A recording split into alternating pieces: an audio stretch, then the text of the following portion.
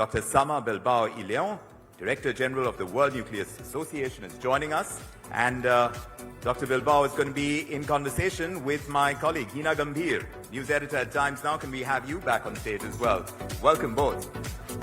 Thank you, Vikram. Thank you, Aisha. Thank you very much, Dr. Sama, for joining us here this afternoon. Thank you. This is great.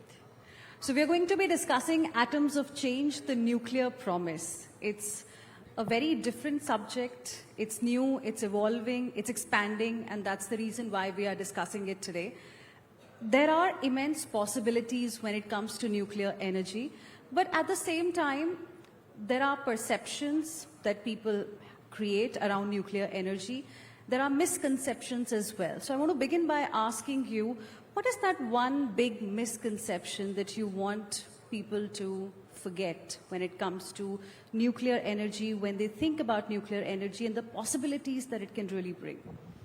Well, you know, we were just watching this super cool stuff about space, and we were commenting very briefly how many people don't know that the rovers that are in Mars, Perseverance, is actually powered by nuclear energy. And also that when we go to Mars, we probably are going to consider using nuclear propulsion. So those are very cool things. But back in Earth, I mean, I like to actually focus on Earth first. So now what we have seen recently is a newfound pragmatism everywhere, in most continents, in most countries in the world, where people are really making that connection, that very important connection between energy, 24/7, affordable, clean energy, and progress, prosperity, socio-economic development. So what we have seen is in all continents there is people are appreciating. I mean, when I say people, I mean policymakers, the finance community, the average citizen, the media. They are appreciating the essential role of the current nuclear fleet. As you know, nuclear energy today produces 10% of global electricity. This is the largest source of electricity in OECD countries, second only to hydro at a global level, meaning carbon-free electricity. And it's 25% of our carbon-free electricity today. So we are seeing most and most countries that are looking into extending the life of these nuclear power plants, so they are going to operate for 60, 80, perhaps 100 years. So many of the reactors that we have today will be operating in 2050. And then also what we are doing is new reactors. Why? Because we have heard today several times the global demand for energy is only going to increase.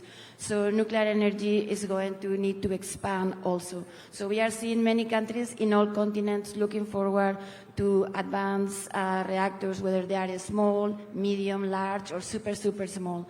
And let me just say, I think that part of the reason why we are seeing this is, number one, energy security. I think many countries have become very aware of how important it is to be independent and self-sufficient when it comes to energy. There is, of course, the sustainability parts, right? So we want to address climate change. We want to address clean air, clean water, efficient use of resources. And then, of course, there is the equity part. We want to make sure that we don't leave anybody behind, that we provide affordable energy accessible to everybody.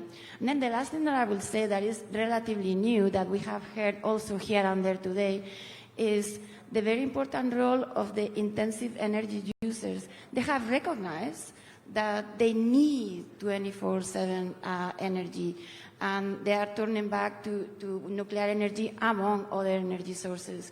And this is, of course, technology, but also the metallurgical industry, the oil and gas industry, cement, hydrogen, shipping, aviation, etc. So very exciting times. Okay. But, you know, compared to solar, wind, nuclear faces higher upfront cost as well. That is a big challenge. Of course, it can actually bring about the transformation change that, you know, one needs. But how can the industry at this point in time across the world make nuclear energy more financially viable, at the same time attractive for investors as well? Right. Well, so as you know, all low-carbon energy sources, they have high capital investment. Nuclear is no different. Obviously, the difference is nuclear projects tend to be very large. So, of course, the affordability is a little bit different.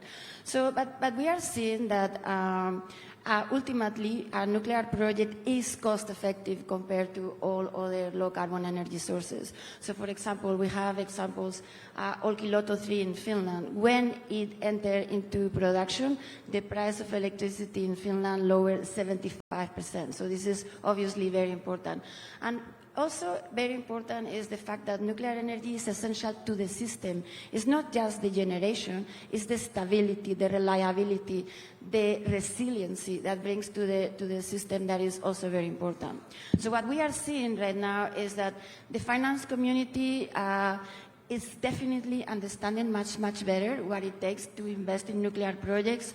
So we are seeing more and more affordable finance being available for nuclear projects. Green bonds, taxonomies, green taxonomies, ESG criteria are recognizing the very important sustainable role of nuclear energy. And then what I would say also that I think is very important is it's not just funding or finding finance for the nuclear power plants themselves. There is many opportunities to actually invest and grow the entire value chain of nuclear. This is from exploration and mining of uranium or thorium or other resources all the way to the entire value chain. For a country like India, what kind of an opportunity do you see when it comes to nuclear energy? Wow, nuclear is front and center in India right now. I was this week at India Energy Week, and I don't know whether you have been following the news, but just last week the finance minister announced within the context of the new budget a goal of 100 gigawatts of nuclear energy in India for 2047. But of course there is an intermediate step, which is by 2032 there is a plan to have 32 gigawatts of nuclear in India. And again, I think that all of you know that India is already a powerhouse when it comes to nuclear energy. We do have currently 22 operable nuclear reactors in India. We are building currently 6 reactors more. And we have a vibrant, enormously robust and knowledgeable nuclear industry in India. And then you mentioned, or your colleague mentioned, how Prime Minister Narendra was just this week, both in France and the United States, putting together collaboration agreements with US, with France, to accelerate the deployment of the already very good nuclear industry in India. They've already pressed the buzzer, but I'll just slip in one last very quick question. Beyond 2030, the way we are going, right now, what does the ideal global energy mix look like to you, and where does nuclear really fit in?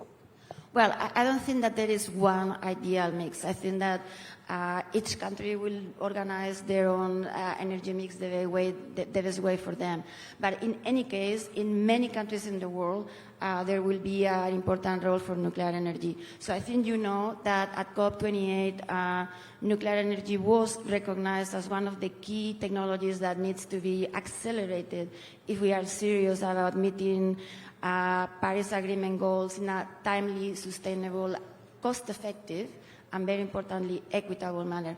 So what we are proposing is that at the very least, by 2050, we need to have 3 times the nuclear capacity that we have today. And this will really be a drop in the bucket. That will only cover electricity. If we are serious about everything that I told you about decarbonizing other hard-to-abate sectors like metallurgy or oil and gas or cement or other things, we will need much more than that. All right, 3 times of the nuclear capacity that what we have right now by 2030. That looks great. Thank you very much. It was a pleasure chatting with you. Thank you so much. It is my pleasure. Thank you.